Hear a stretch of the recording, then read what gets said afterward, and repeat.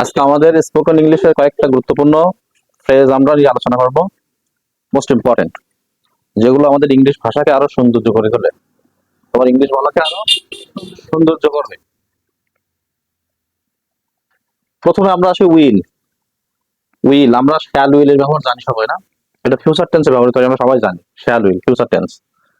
তো কোনো কিছু করব বা করবে বা করবে বা পরে কোনো কিছু কাজ হবে, এরকম অর্থ প্রকাশ করার ক্ষেত্রে আমরা ব্যবহার করবো কি উইল। উইল পরে কি হবে? ভার্ব ওয়ান হবে। দেখো, প্রথমে উইল, তারপরে উড, তারপরে সবগুলো উড বা হাউ অফেন একটা দেওয়া আছে, গোয়িং টু বা ওয়ান্ট টু। এই সবগুলোর পরে আমাদের আজকে বিষয় হলো কি ভার্ব ওয়ান। সবগুলোর পরে ভার্ব ওয়ান।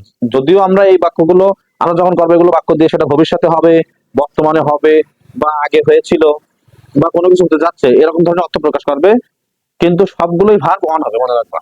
সবগুলোই ভার্ব ওয়ান হবে, বুঝছো? তো প্রথমে হলো উইল প্লাস ভার্ব ওয়ান, কোনো কিছু করবো বা করবে। যেমন আমি যাব, তাহলে কি হবে? আই উইল গো। তুমি যাবে, সে আসবে, হি উইল কাম।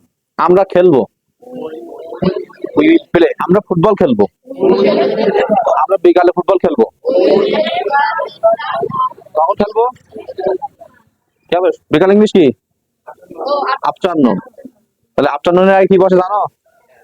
অ্যাট বসে, ইন বসে। এই যে সকাল, আমরা একটু খেয়াল করবো, সকাল বিকাল, সকাল বিকাল সন্ধ্যা, এই তিনটা সময়ের আগে হয় ইন। ঠিক আছে? সকাল বিকাল সন্ধ্যা এই তিনটা সময়ের আগে ইন, এবং তারপরে প্রিপজিশন পরে একটা আর্টিকেল পড়বে, সেটা দি। In the morning, in the afternoon, in the evening. এর বাইরে আর যা সময় আছে সে সময় আগে সব অ্যাট বসে, at night, at noon, at dawn. ঠিক আছে? এন্ড অ্যাট ডাস্ক, মানে মানে ভোর, তারপর দুপুর, তারপরে আমরা ঘোর, ভোর ঘোর, রাত। এদের আগে কি বসবে? অ্যাট বসবে। আর বাকি এই তিনটার আগে ইন বসবে, বুঝছো? তাহলে যে আমি বিকালে ফুটবল খেলবো, তাহলে I will play football in the afternoon. ঠিক আছে? আমরা তাহলে উইল দিয়ে পারবো তো সবাই? সে একটি জামা কিনবে, কি হবে? সে will buy a shirt। পোশাক বা ড্রেস বলতে পারি আমরা, তাই তো? পারবো তো এখানে? আমার বাবা বাড়ি আসবে, will come। আচ্ছা, আমরা এটা শেষ। এবার হচ্ছে আমরা would plus verb one. Will এর পাস্ট টেন্স কিন্তু উড, আমরা জানি সবাই, না? উইল এর পাস্ট টেন্স হলো উড, কিন্তু এই উড এর অনেকগুলো ব্যাপার। আমরা আসি, উইল এর উড এর পরেও কি হয়? Verb one. কোনো কিছু করতাম, অতীতকালে কোনো কিছু করতাম, খেতাম, যেতাম, লিখতাম, এরকম ক্ষেত্রে আমরা কি করব? উড। কিন্তু সেটা অভ্যস্ত না। অভ্যস্তর ক্ষেত্রে হলো use to plus verb one হয়। ঠিক আছে? যেমন সে প্রথম চা খেত, সে চা খেত, সে সকালে চা খেত, তাহলে ওটা তার একটা অভ্যাস। তাহলে এখানে হি he use to take tea.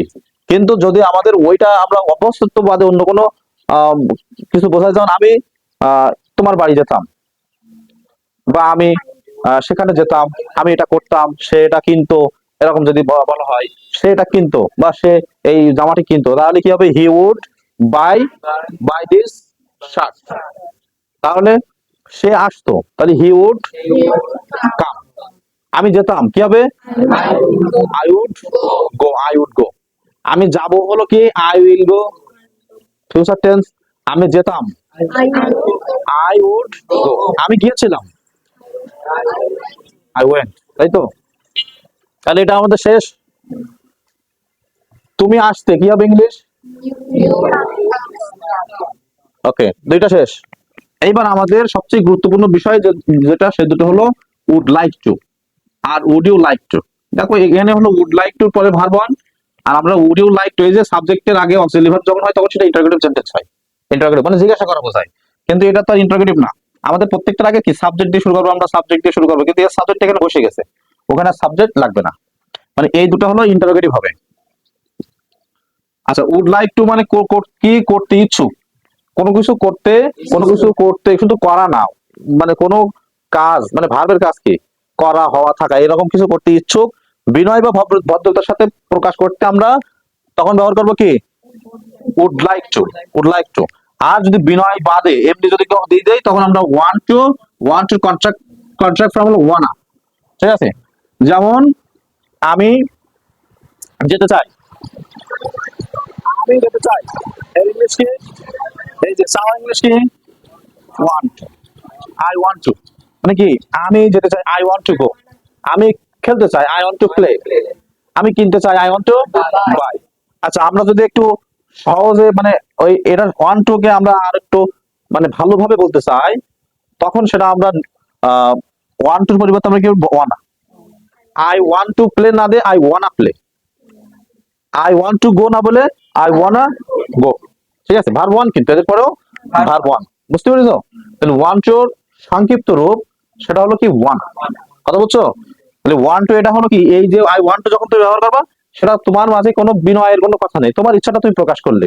আর খুব বিনয় বা ভদ্রতার সাথে বা কোনো শিক্ষা প্রতিষ্ঠানে বা গুরুজন ব্যক্তিদের সাথে যখন তুমি বলবা, তখন তোমার ইচ্ছা প্রকাশ করবা, তখন সেটা হলো, এটাও তো তোমার আমি যেতে চাই মানে এটা আমার তো ইচ্ছা, সে নিতেও পারে নাও পারে আমার সাথে। I want to go to picnic, I ওয়ান্না go to picnic. আমি পিকনিকে যেতে চাই, এটা তুমি বলতেছো, তোমার আমি পিকনিকে নিতেও পারি নাও পারি। কিন্তু এইটা হলো বলছে এটাও করতে ইচ্ছুক বা যেতে ইচ্ছুক, খেতে ইচ্ছুক, এটা বিনয় বা ভদ্রতার সাথে দুটো পার্থক্য কখন কোনটা ব্যবহার করবো আমরা? I would like to go to picnic, আমি পিকনিকে যেতে চাই, এটা হলো ভদ্রতার সাথে বিনয়ের সাথে বলা। বুঝছো? ফর্মাল বলতে পারি এটা আমরা, এটা আমরা ইনফর্মাল বলতে পারি, মানে মাঠে ঘাটে ময়দানে বন্ধু দোস্ত সব এদের সাথে আমরা এটা বলতে পারি। কিন্তু সিনিয়র পার্সনের সাথে প্রতিষ্ঠানের প্রাতিষ্ঠানিক ক্ষেত্রে আমরা একাডেমিক এটা ইউজ করব, এটা ভালো সব থেকে। আই উড লাইক টু পরে কি হবে? Verb one. আমি খেতে চাই, আই উড লাইক টু ইট। আমি যেতে চাই, তুমি কিনতে চাও। কথা বুঝছো তাহলে? ওকে। উড ইউ লাইক টু, যেহেতু সাবজেক্টের আগে অক্সিলারি ভার্ব, তখন হলো করতে, এখানে ইচ্ছুক ছিল, আর এখানে তুমি কি করতে ইচ্ছুক, তুমি কি যেতে ইচ্ছুক? Would you like to go, would you like to go, তুমি কি যেতে ইচ্ছুক? Would you like to have a cup of tea, তুমি কি এক কাপ চা খেতে চাও? বুঝছো? তাহলে এইটা দিয়েও আমরা কিন্তু প্রশ্ন করতে পারি, উইল ইউ গো, তুমি কি যাবে বা তুই কি যাবি। উইল ইউ, ওইটা কি, তাহলে ইনফর্মাল আমরা বলতে পারি, ওটা বিনয়ের সাথে না। এই যে উইল ইউ গো যদি আমরা বলি, তখন কি হবে? তুই কি যাবি বা তুমি কি যাবা, এখানে কোনো বিনয় বা ভদ্রতা প্রকাশ নেই। কিন্তু যদি আমরা বলি would you like to go to market, মানে আপনি কি মার্কেটে যেতে চান, তাকে জিজ্ঞাসা করবো আমরা বিনয়ের সাথে। কথা বুঝছো? আচ্ছা, নেক্সট। হাউ অফেন মানে কতবার, এটা অবশ্যই ডব্লিউএস দিয়ে শুরুতে আমরা জিজ্ঞাসা করতে ব্যবহৃত হবে। কতবার সে খেলা করে, কতবার সে খেলা করে বা কতবার তুমি খেলা করো। এখন তুমি খেলা করো ইংলিশ কি? ইউ পেলে। তাহলে হাউ অফেন হলে কি হবে এরপরে? How often. এইখানে জিজ্ঞাসা করছি, জিজ্ঞাসা করতে গেলে তো আমাদের ইন্টারোগেটিভ সাথে সাবজেক্ট আগে অবজারভার লাগবে। তাহলে এখানে আমাদের এই ভার্ব অনুসারে অবজারভার কি হবে? ডু।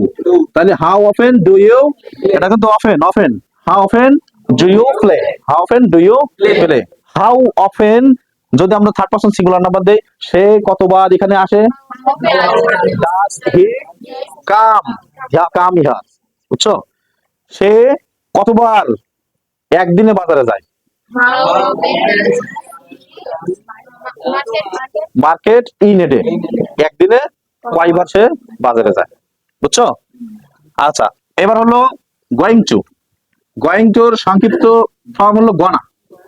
এখানে ওয়ানা, এখানে হলো গোনা, ওয়ানা গোনা সংক্ষিপ্ত। Want to wanna, going to gonna, want to wanna, going to gonna. এই গোয়িং টু আমরা কন্টিনিউয়াস টেন্স ব্যবহার করি, subject plus am is plus ভার্বের সাথে আইএনজি যোগ প্লাস অবজেক্ট, আইএনজি যোগ প্লাস অবজেক্ট। কিন্তু এই আইএনজি পরে টু প্লাস ভার্ব ওয়ান, এখানে কিন্তু অবজেক্ট না। কোনো কিছু করতে যাওয়া, কোনো কিছু করতে যাওয়া, নিকট ভবিষ্যৎ মানে, ভবিষ্যৎ মানে সামনে, তবে নিকটে খুব দ্রুত। যেমন আমি বাজারে জামা কিনতে যাচ্ছি, বা সে একটা ব্যাংকে অ্যাকাউন্ট খুলতে যাচ্ছে, তাই তো? আমি এই কাজটা করতে যাচ্ছি বা সে এটা করতে আসছে, কোনো কিছু করতে যাওয়া, এরকম অর্থ প্রকাশ মানে অলরেডি সে কি মন স্থির করে ফেলেছে, যাবে আর কি, রেডি আর কি, এরকম অর্থ প্রকাশ করার ক্ষেত্রে আমরা গোয়িং টু ব্যবহার করবো। যে আমি আমি ব্যাংক অ্যাকাউন্ট খুলতে যাচ্ছি, আই এম গোয়িং টু, টুর পরে verb one, to open, open খোলা ইংরেজি, ওপেন এ ব্যাংক অ্যাকাউন্ট। সে একটি গাড়ি কিনতে যাচ্ছে, কি হবে? বাই এ কার। তুমি একটি ছবি আঁকাতে যাচ্ছ, ড্র এ পিকচার। আশা করি মনে হয় বিষয়টা বুঝতে পেরেছো। তাহলে এটা আমরা যদি সংক্ষিপ্ত ভাবে বলি, আমি বিদেশ ভ্রমণ করতে যাচ্ছি। I'm gonna travel কি বিদেশ ইংরেজি কি অ্যাব্রোড। মিরাজুল বলতে হয়েছে এটা অ্যাব্রোড মানে বিদেশ, আর হোম মানে দেশ, আর হোম মানে অ্যাব্রোড মানে দেশ বিদেশ। বুঝতে পেরেছো?